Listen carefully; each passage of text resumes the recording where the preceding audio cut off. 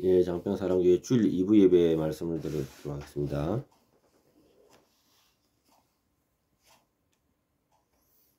히브리서 8장입니다. 히브리서 8장. 히브리서 8장은 히브리스라는 것은 결국 히브리인들,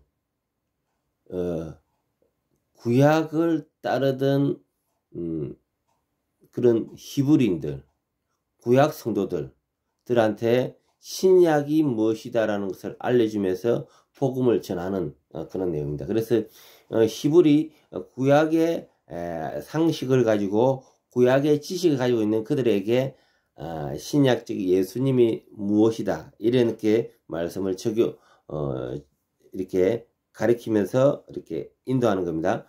오늘 8장은 예수 그리스도가 더 나은 제사장이자 새 언약의 중보자이심을 선포합니다. 그래서 옛 언약과 새 언약의 차이와 완성된 하나님의 구원 계획을 보여주는 중요한 본문입니다. 8장 1절 2절 말씀 읽겠습니다.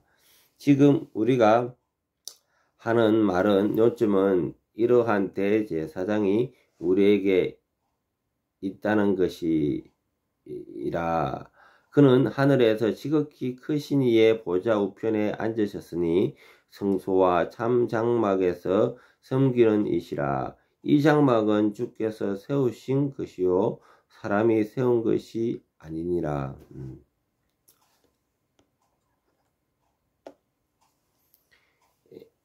지금 우리가 대제사장이 우리에게 있다라는 것이 그는 하늘에서 지극히 크신 이의 우편에 앉아 우편에 보좌에 앉으셨으니 성소와 참 장막사에 섬기는 이시다. 이렇게 요약이 예수 그리스도는 그러한 말씀을 하죠. 그런데 이 대제사장, 그 당시에 율법에 있는 대제사장은 반복적이고 그리고 완전하지 못했습니다.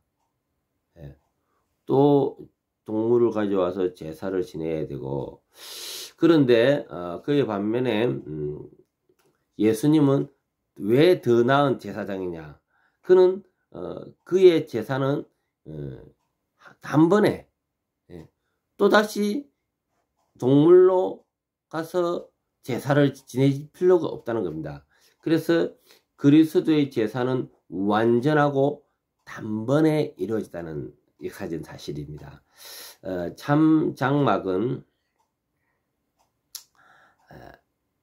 구약에는 이렇게 성막을 지어서 예수님이 오시기 전까지는 그러한 것을 모델로 삼았습니다.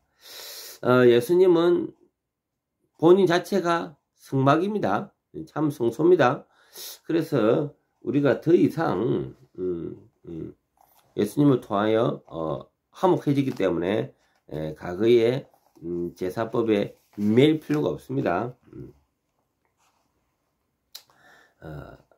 왜냐? 십자가 사건으로 휘장이 이 성막에 있는 성막 안에 가운데 휘장이 있습니다. 지성소와 성소로 나오는 휘장이 있는데 그것이 찢어지면서 누구나 하나님 앞에 나아가서 예배 드릴 수 있는 겁니다.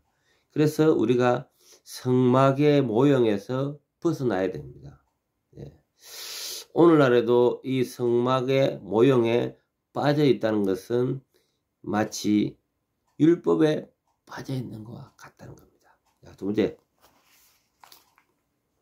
왜냐하면 제 주위에도 성막에 그를 빠져 있는 사람들이 좀 있더라고요.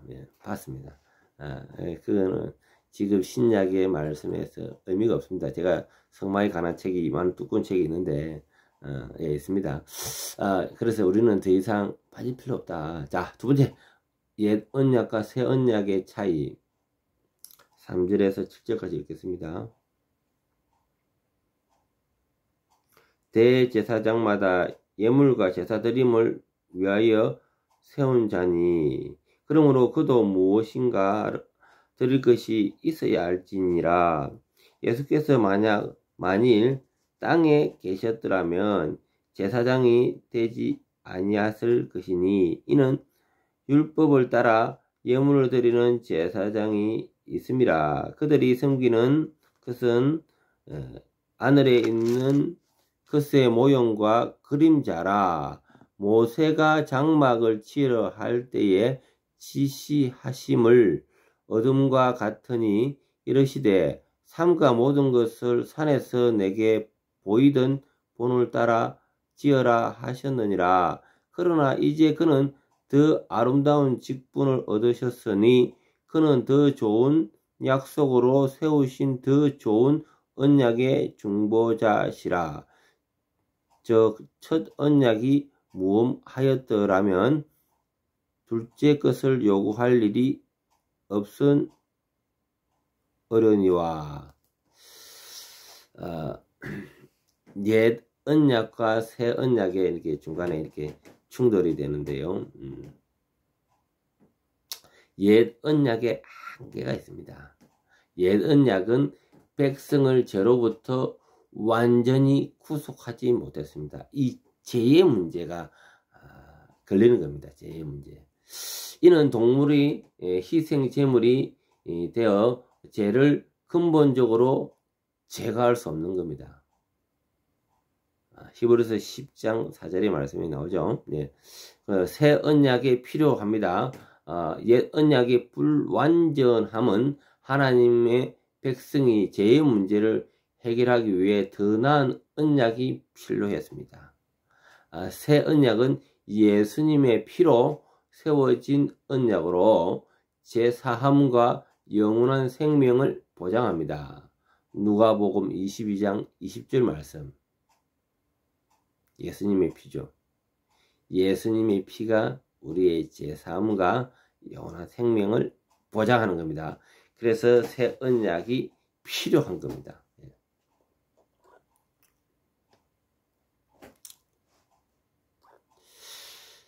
8절에서 12절까지 말씀을 읽겠습니다. 그들의 잘못을 지적하여 말씀하시되 주께서 이르시되 볼지어다 날이 이르리니 내가 이스라엘 집과 유다 집과 더불어 새 언약을 맺으리라. 또 주께서 이르시기를 이 언약이 내가 그들의 열조의 손에 잡고 애굽 땅에서 인도하여 내던 날에 그들과 맺은 언약과 같이 아니하도다. 그들은 내 언약 안에 머물러 있지 아니하므로 내가 그들을 돌보지 아니하였도라. 또 주께서 이르시되 그날 후에 내가 이스라엘 집과 맺은 언약은 이것이니 내 법을 그들의 생각에 두고 그들의 마음에 이것을 기록하리라. 나는 그들에게 하나님이 되고 그들은 내게 백성이 되리라. 또 각각 자기 나라 사람과 각각 자기 형제를 가르쳐 이르기를 주를 알라 하지 아니할 것은 그들이 작은 자로부터 큰 자로까지 다 나를 알미라. 내가 그들의 불의를 긍휼히 여기고 그들의 죄를 다시 기억하지 아니하리라. 네, 12절까지입니다.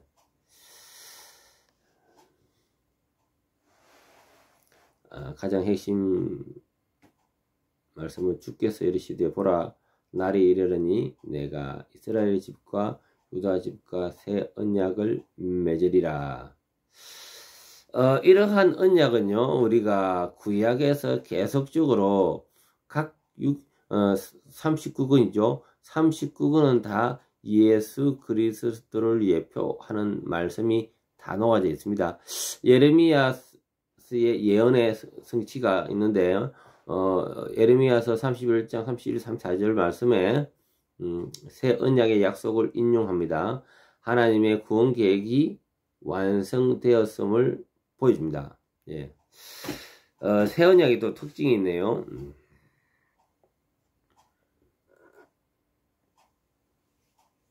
내적인 변화가 일어나는 겁니다. 한마디로 성화되죠. 성화. 하나님의 법이 돌판에 쓰인 것이 아니라 마음에 새겼다고 했습니다. 마음에 새겼으니까요. 우리 심령에도 변화가 있어야 되는 거죠. 그래서 우리 심령이 변하여 성령이 우리를 변화시키는데 그 원동력의 힘이 됩니다. 우리 인간의 힘과 능력으로 되는 것이 아니고요. 성령께서 깨닫게 하여 주시고 성령께서 우리를 인도하신다는 겁니다. 그래서 내적인 변화가 이 새 언약 가운데 있는 겁니다. 자, 그리고 제4음의 확증이 있습니다. 히브리서 8장 12절의 말씀에 하나님께서 죄를 다시 기억하지 아니하신다고 약속했습니다. 그래서 그리스도의 속죄 사역의 완전함을 나타냅니다. 속죄 사역. 예수님은 이 속죄 사역 때문에 오실 겁니다. 그래서 우리가 제4음을 완전히 받았죠. 제4음의 확증을 이 새 언약을 통하여 받습니다. 그리고 보편적 지식이 있는데요. 하나님을 아는 것이 모든 백성에게 확장이 됩니다. 히브리서 8장 11절. 그전에는 이스라엘 백성은 이 복음은 내 복음이다 하고 다 움켜쥐고 있었습니다. 그런데 이 복음은요, 이스라엘에게만 국한되지 않았습니다. 모든 민족에게 전파되었습니다. 이 보편적인 지식입니다. 보편적인 은혜. 그러나 전 세계에 복음이 전파되었다 해서 다 누구나 예수를 믿는 것이 아니고요. 하나님을 믿기로 예정된 자, 작정된 자, 하나님의 주 안에서 선택된 자 안에서 이 복음이 흘러 들어가는 겁니다. 13절 말씀을 읽겠습니다. 새 언약이라 말씀하셨음에 첫 것은 낡아지게 하신 것이니 낡아지고 새하는 것은 없어져 가는 것이니라.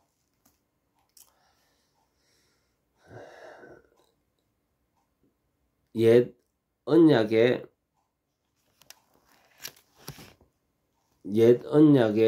그림자성이라고 하는데요. 옛 언약은 새 언약에 예비하는 임시적인 제도입니다.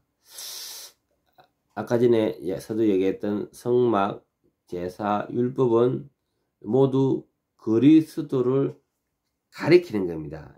지시하는 거죠. 한마디로 그림자라고 표현합니다.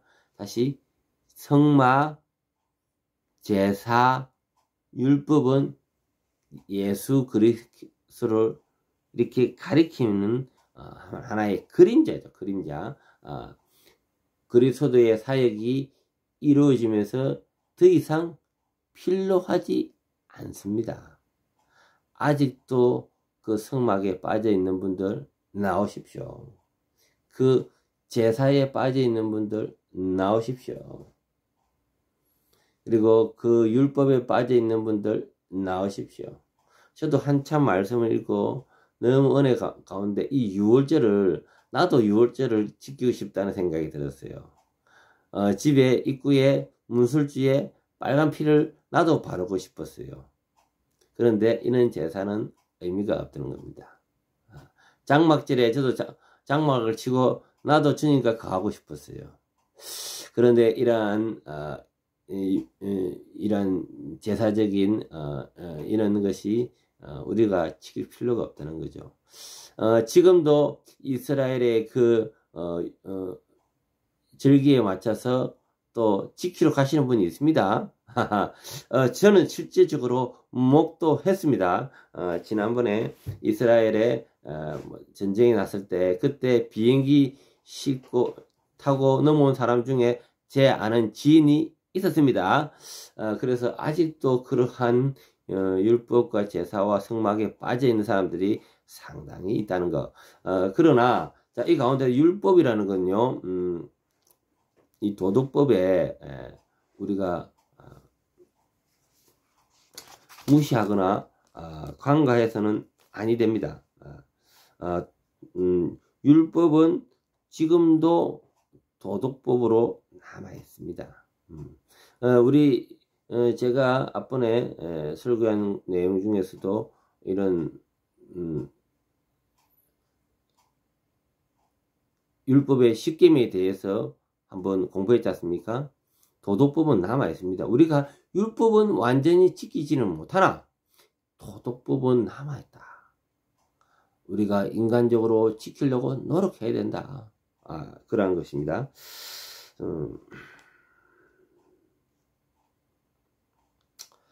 그리고 또 하나 빠진 게 있네요.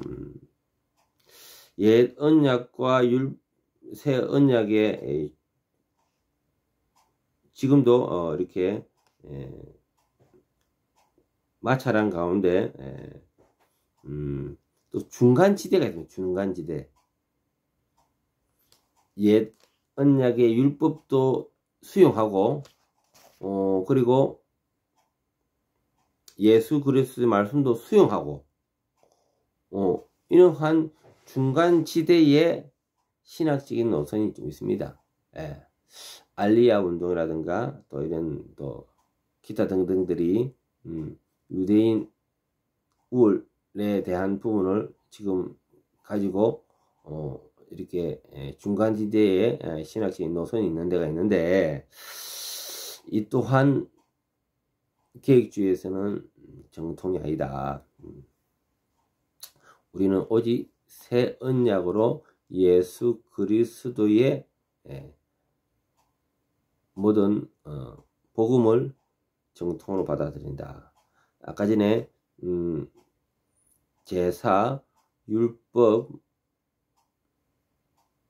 성막 이런 것들에 대해서는 이제 벗어버리고 오직 새 언약으로만 우리는 받아들여야 된다. 이런 것을.